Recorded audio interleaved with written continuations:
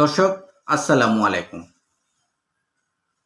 দৈনিক আলোকিত উখিয়া সত্যের পথে ন্যায়ের সাথে। আজকের আলোচনায় আমরা তুলে ধরব জনকণ্ঠের এক বিশেষ প্রতিবেদন, টাকার কাছে অসহায় বন আইন। সংবাদ বিশ্লেষণ। সম্প্রতি জনকণ্ঠ পত্রিকায় প্রকাশিত একটি প্রতিবেদনে অভিযোগ উঠেছে, উখিয়া রেঞ্জের হলদিয়া পালং বিটে বন কর্মকর্তাদের বিরুদ্ধে দুর্নীতির গুরুতর অভিযোগ।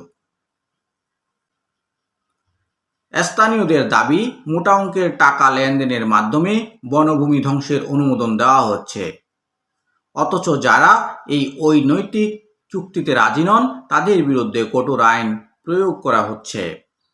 পরিবেশবাদীরা বলেছেন, যদি এই দুর্নীতি চলতে থাকে তাহলে কক্সবাজারের গুরুত্বপূর্ণ বনাঞ্চল অদূর ভবিষ্যতে নিচ্ছিন্ন হয়ে যাবে। বিশেষ করে পাহাড় কেটে নির্মাণ কাজের অনুমতি দেওয়ার ফলে ভূমিধস, জলবায়ু পরিবর্তন এবং বন্যপ্রাণীর অস্তিত্ব সংকটের মুখে পড়েছে।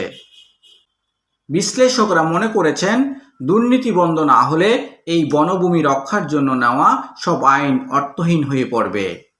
স্থানীয় জনগণ ও পরিবেশ সংরক্ষণ সংস্থাগুলোর উচিত সম্মিলিতভাবে দুর্নীতির বিরুদ্ধে সোচ্চার হওয়া। দর্শক, আপনার এলাকাতেও কি এমন ঘটনা ঘটছে?